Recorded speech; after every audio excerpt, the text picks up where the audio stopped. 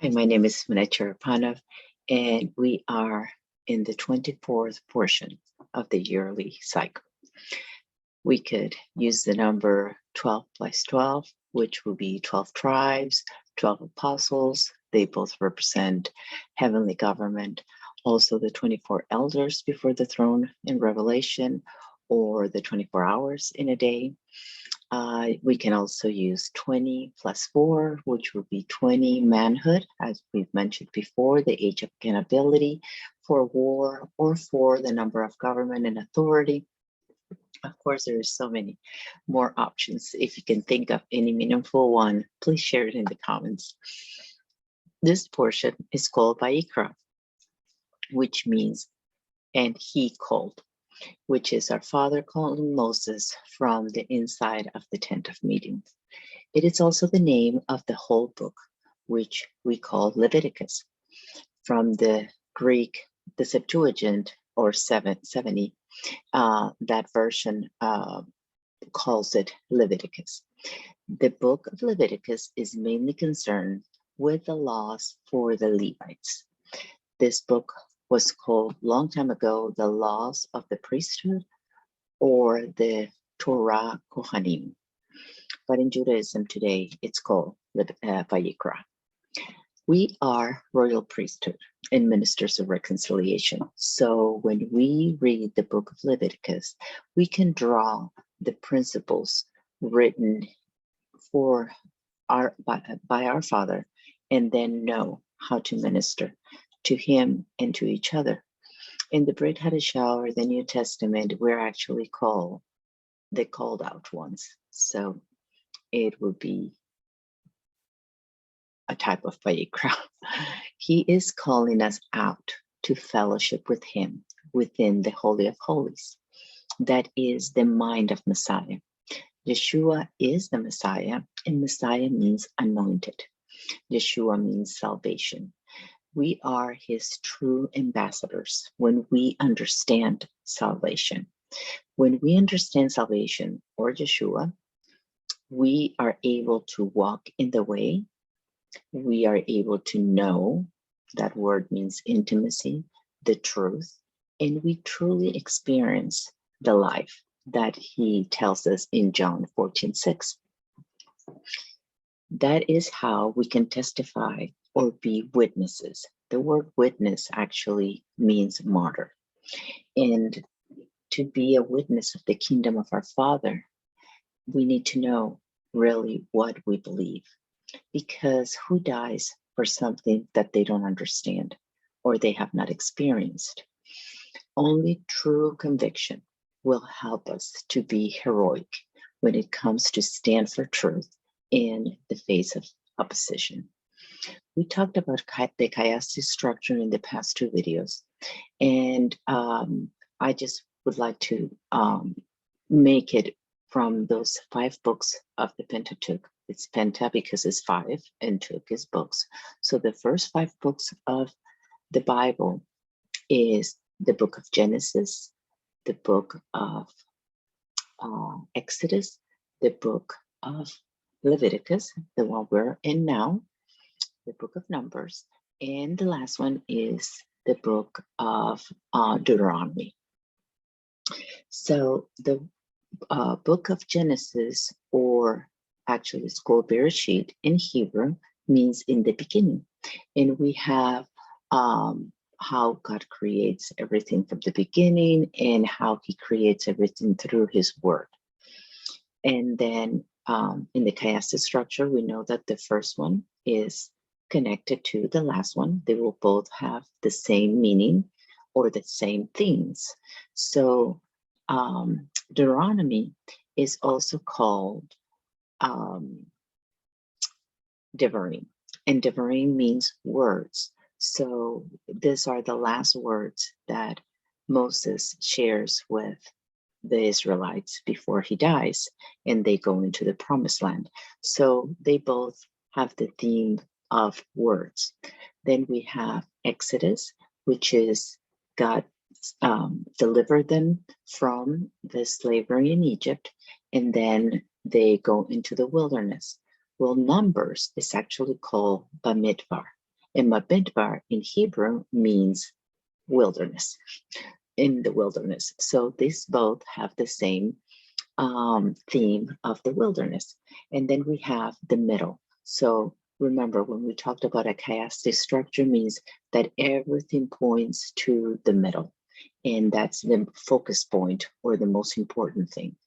And in this one is this book that we're studying right now, Vayikra, which means it is the call of our Father. He is calling us out and he's telling us, follow me, obey my instructions, and you will be blessed. We left the Garden of Eden because Adam and Eve disobeyed.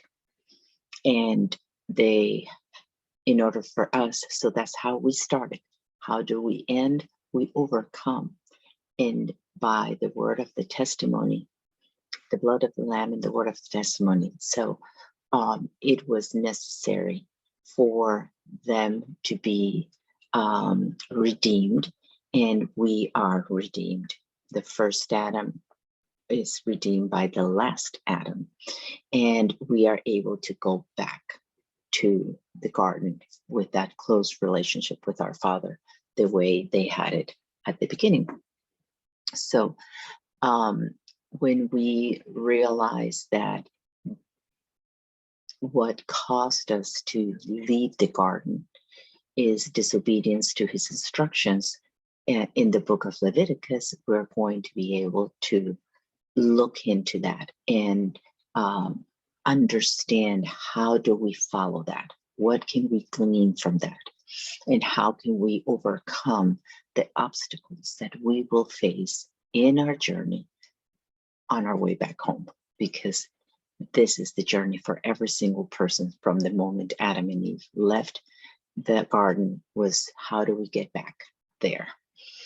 And so we, in this portion, he's going to give us those instructions, and he's using this portion 5 different offerings. The first offering would be the Ola offering. That is the burnt offering. And it's a voluntary offering, and it's completely consumed by fire to God. It is a male, whether a bull, a sheep, or a goat, without defect. That means we don't give the worst, but the best to our Father. Or it can be a bird, depending on the finances of the person giving it. The person that is offering the animal will lay his hand on the head of the animal. That is, he will be placing himself on the animal. It is atoning for him. That means the animal is going to die in the place of the giver. He will slaughter it, not the priest. We are all responsible to slaughter our own animals. It wasn't like, okay, here it is, you deal with it, and I'm leaving.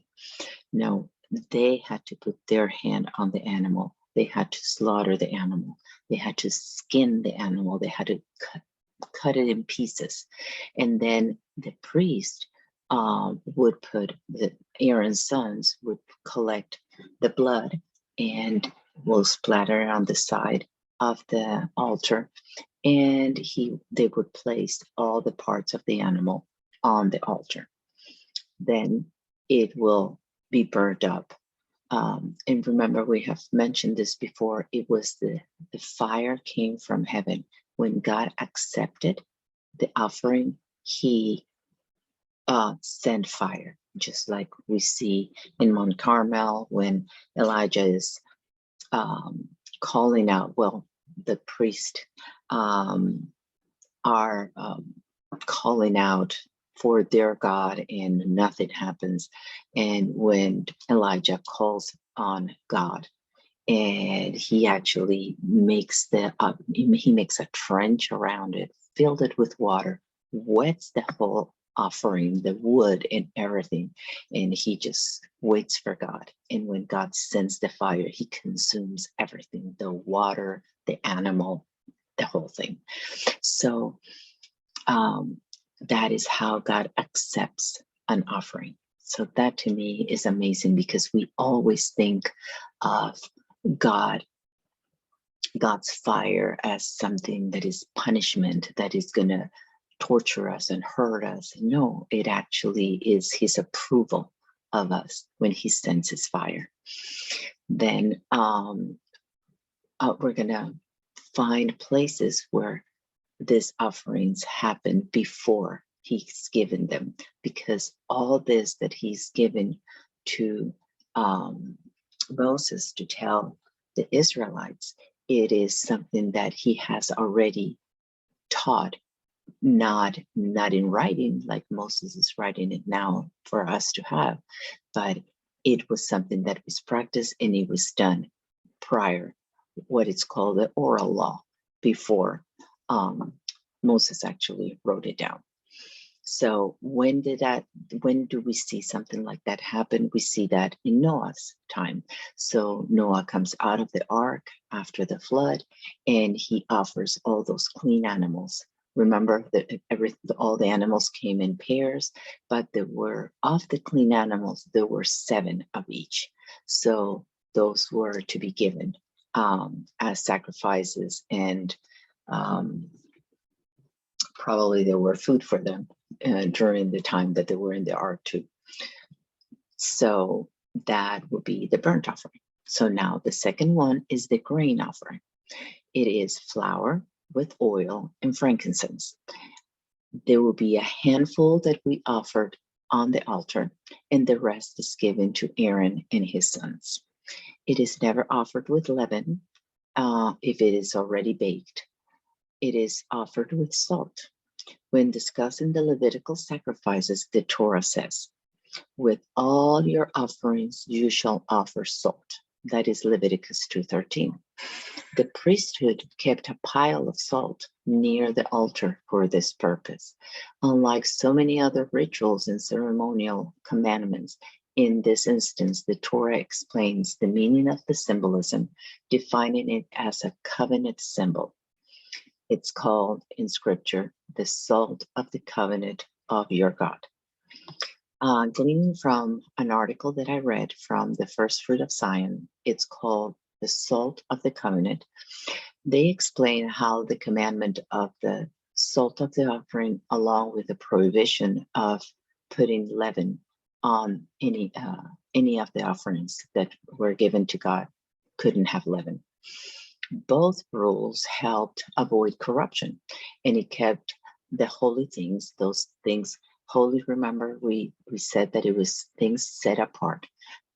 So those things that we have set apart to give to God were holy things, and that the salt and the putting salt and not having leaven kept them imperishable.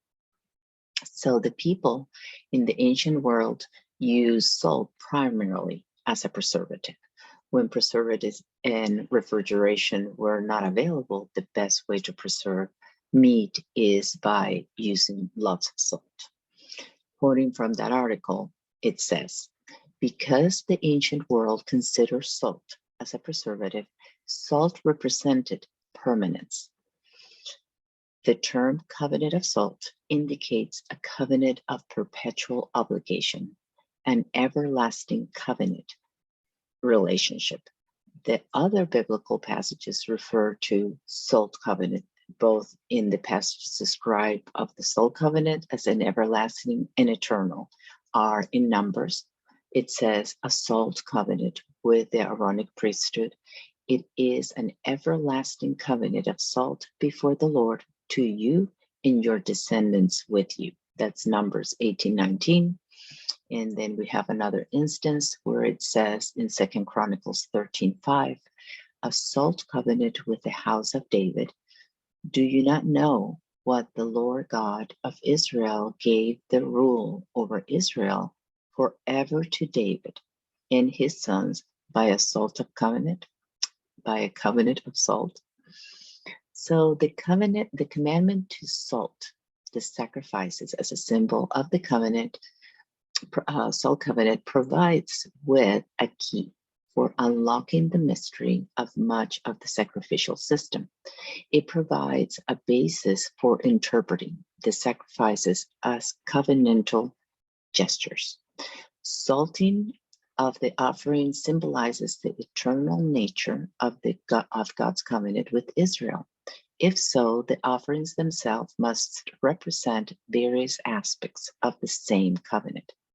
Each korban or sacrifice and each function of worship within the tabernacle will symbolize some characteristic between God and Israel.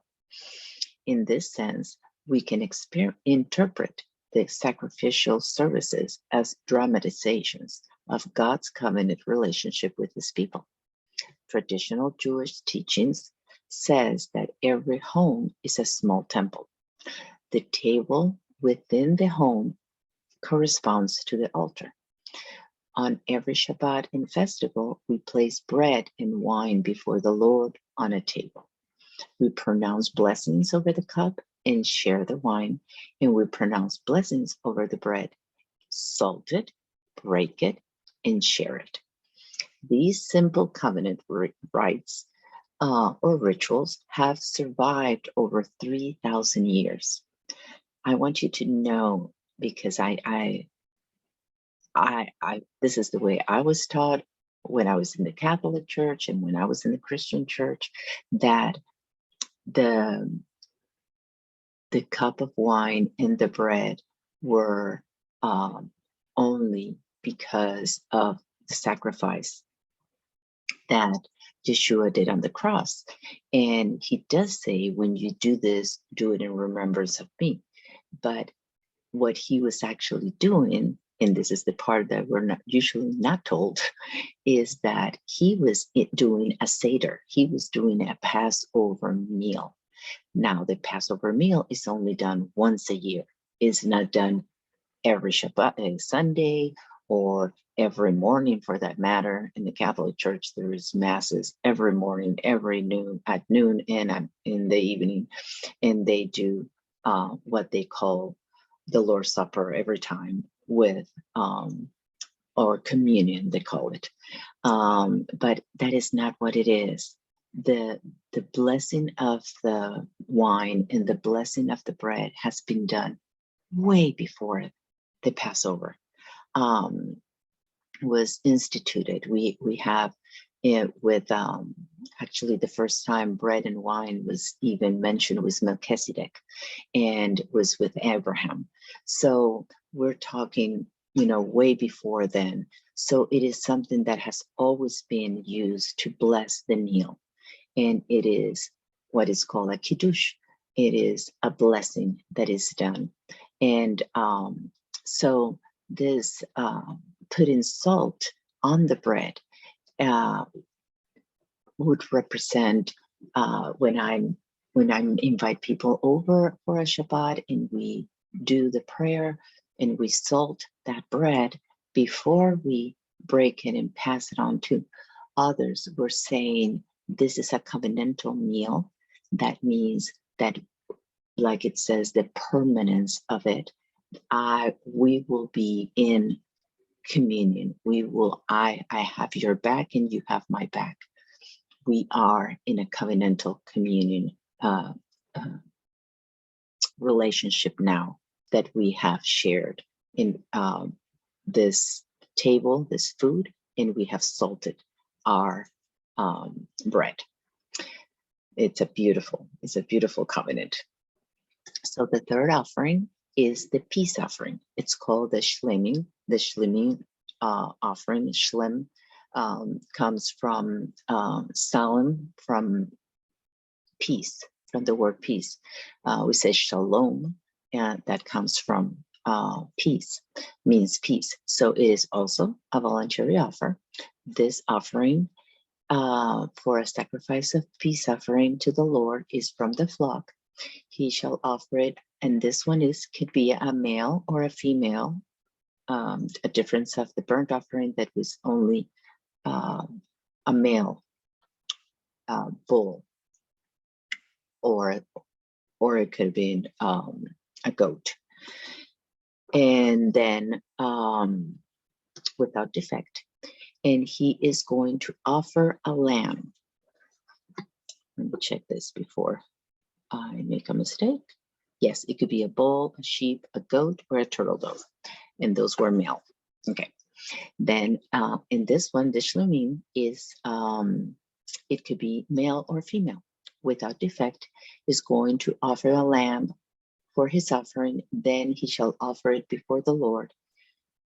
This one is a shared offering. The other one, the burnt offering, went all up to God. Nobody ate that. That was straight to God.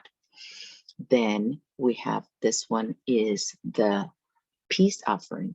So this one would be shared between the person that is offering it and the priest. So it's done pretty much the same way that the other one, but certain things will be put on the altar to be burned, and some of the meat will be then taken by the person that brought it, and you enjoyed with his family, and the priest will also enjoy that meat. Now, where can we, oh, and another thing that it says, it is a permanent statute throughout your generations in all your dwelling places. So this is important that we understand that we will be, this is something that it doesn't matter if it's at the temple, which we don't have a temple right now. So when it says here, throughout your generations, in all your dwelling places, that means anywhere we are. And it says, you shall not eat any fat or any blood. So God has not allowed, that doesn't mean that if your meat has a little bit of fat or something, you cannot eat it. What it's talking about is that there was a fat that was covering a lot of the organs. And some people like to burn that and eat it, but that was supposed to be taken out and burned on the altar as a sweet aroma to God and not to be eaten. So that still stands. And now, what about where have we seen this before? So there is an instance where Jacob, remember when he's leaving with all his family from Laban's house, and Laban's chasing after him, and he catches up with him, and then they go through the whole, why did you leave? And I didn't think you were going to let me go. And so they finally come to terms with, okay, Laban agrees to let him go, but then they make a peace offering where they ate together and they affirmed their love for each other and respect for each other. And that was Schlemming offering. Then we have also the fourth offering. It's called the sin offering or the chatat offering. This one is mandatory. The other ones were voluntary. This one is a mandatory offering. And it says, if a person sins unintentionally in any of these things which the Lord has commanded not to be done, and commits any of them, if the anointed priest sins, it's not just for the person, but even the priest, if they sin, they need to bring a guilt, and they bring guilt on the people. Then he is to offer to the Lord a bull without defect as a sin offering for his sin, which he has committed. This is given to the priest only. It is a restitution to the Father for the sin committed for us. It is committed for a sin and unintentionally doing any of the things which the Lord his God has commanded not to be done, and he becomes guilty. Verse 23. If his sin, which he has committed, is made known to him, he shall bring as an offering a goat, a male without defect, a male without defect. So my question is, when have we seen this before? We saw this in the Garden of Eden, right? Adam and Eve sin and disobey our father by eating from the tree of the knowledge of good and evil that he told them not to eat from. They didn't offer a sacrifice, but out of the respect, we've learned from them that we respect, and we learned that what we need to do now is to give back to those that stands for that stand for our Father in the tabernacle or in the temple when it was functioning. So this sin offering means, okay, I have sinned, I've done something wrong, and here it is. I will pay back. It's a mandatory. I am guilty, and this is what I need to do in order. Remember, the sacrifices were not sacrifices, were really closeness. They were offerings so that what has separated me from the Father because of my sin, I'm bringing this to come close again to him, so that nothing separates us. Nothing will keep us apart. So that is, we see it really didn't happen. They didn't really offer. They were escorted out of the Garden of Eden. But that is, we see Adam and Cain and Abel doing their offering. Obviously, the father, the parents probably were too. Adam was probably doing it too. But it's mentioned how God disapproved of Cain's offering, and we know it's because he did not give his best. So even when we read now, we give him the best of our herd or the best of the flock. It's something that has a precedent that happened way back in Genesis. This is just the giving of all these instructions now in writing. Okay, so the fifth one is the guilt. And this one was really interesting. It hit me today for the first time. This is called the asham, or it's also translated as trespass offering. So either the guilt offering or the trespass offering. So obviously, let's say I have boundaries in my house and somebody trespasses, or I have crossed a line that I wasn't supposed to. You know, I said, please don't go beyond this, or please don't do this. And then somebody does that, trespasses against that, or is guilty of not obeying. Then this one says, then the Lord spoke to Moses saying, if a person acts unfaithfully and sins unintentionally against the Lord's holy things, the things separated from God, then he shall bring his guilt offering to the Lord, a ram without defect from the flock, according to your assessment in silver by shekels, in terms of the shekel of the sanctuary. Remember, we talked about this, the shekel of the sanctuary was one as a guilt offering. And he shall make restitution for which he has sinned against the holy thing, and shall add to it a fifth part of it and give it to the priest. The priest shall then make atonement for him with the ram of the guilt offering, and it will be forgiven him. Nice to know that we will be forgiven.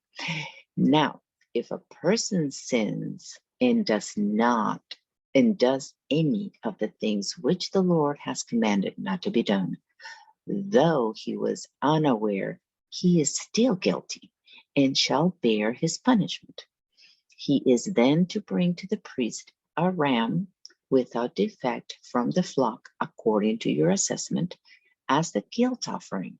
So the priest shall make atonement for him concerning his sin, which he committed unintentionally and did not know it, and it will be forgiven him. It is a guilt offering. He was certainly guilty before the Lord. Then the Lord spoke to Moses, saying, then he shall bring to the priest his guilt offering to the Lord, a ram without defect from the flock according to your assessment as a guilt offering.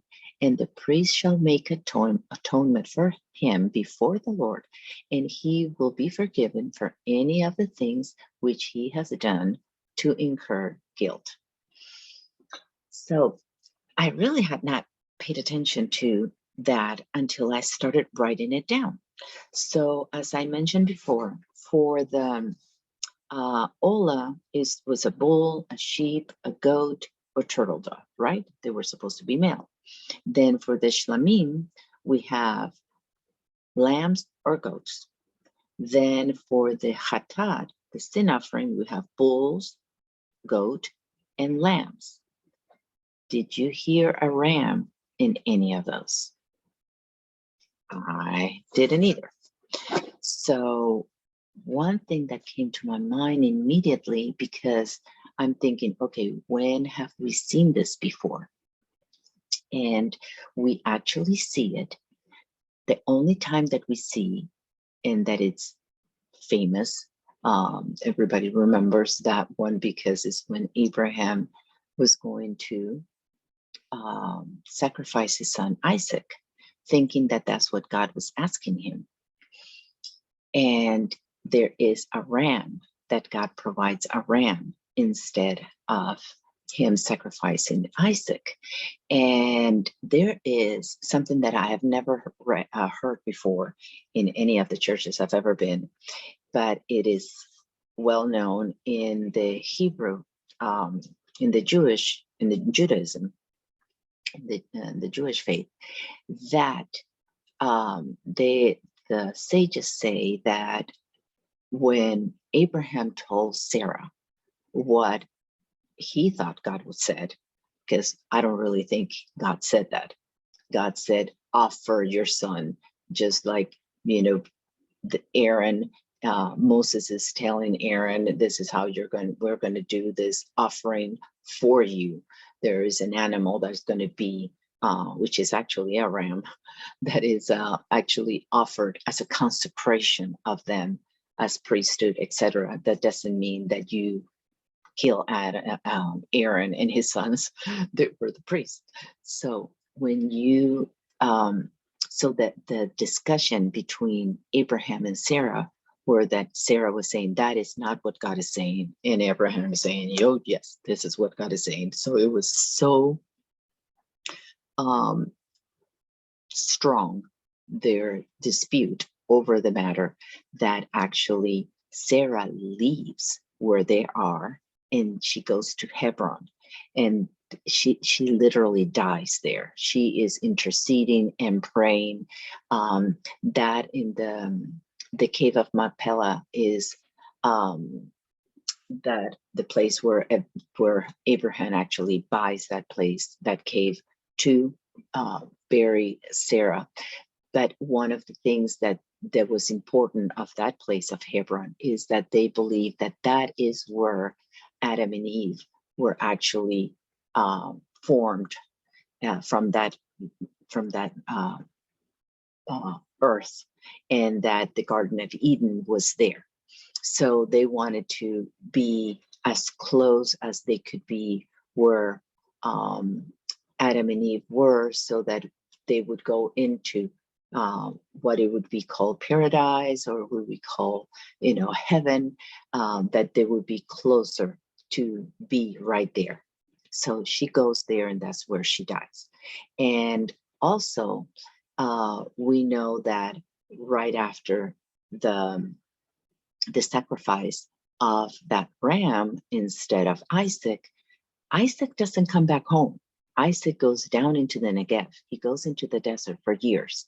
So Abraham goes back, doesn't find Sarah, goes to Hebron, buys the cave, buries her, and then he goes back by himself, and he actually remarries. So something happened there. But it just dawned on me today that there was a guilt offering that God provided that ram, because he says, Isaac asks, I see the wood, I see the the fire, the kindling, it's here, but where is the animal? Where is the lamb is what actually Isaac is asking. And Abraham answers, the Lord will provide. Jehovah Jireh, he will provide. He will see to it that the sacrifice is there. And it's interesting that it is a ram. It wasn't a goat. It wasn't a lamb. Like Isaac is asking for a lamb. It was not any of the animals that we have talked about in the different offerings. It was actually a ram. And the ram is the only one for a guilt offering. And it says when somebody sins unintentionally, I don't think that Abraham was really understanding what he was doing. He was just being literal. But we know that in Jeremiah it says that, that the pagans burned their sons in the altar to their gods. And he said something I have never asked and never entered my mind, and I never asked, says God. So he says he never asked. God doesn't lie. So obviously he didn't ask him that, but that's what he thought he meant. So I just thought it was really interesting, because that's probably where the sages get it from, because they study this and they tear, everything apart and study word by word where it's coming from. And they probably realize that there was a ram. And it says when you do something unintentional, and it is even, it says, now the person sins and does any of the things which the Lord has commanded not to be done, he would never. Human sacrifice is an abomination to God. He never wanted a human to be sacrificed.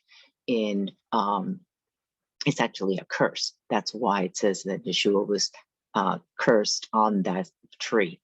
But he was not sacrificed. That's important that you know also. He gave up his life. Nobody took it from him. Nobody killed him. So it's important that we keep those clear, because otherwise we make God into this monster that he isn't.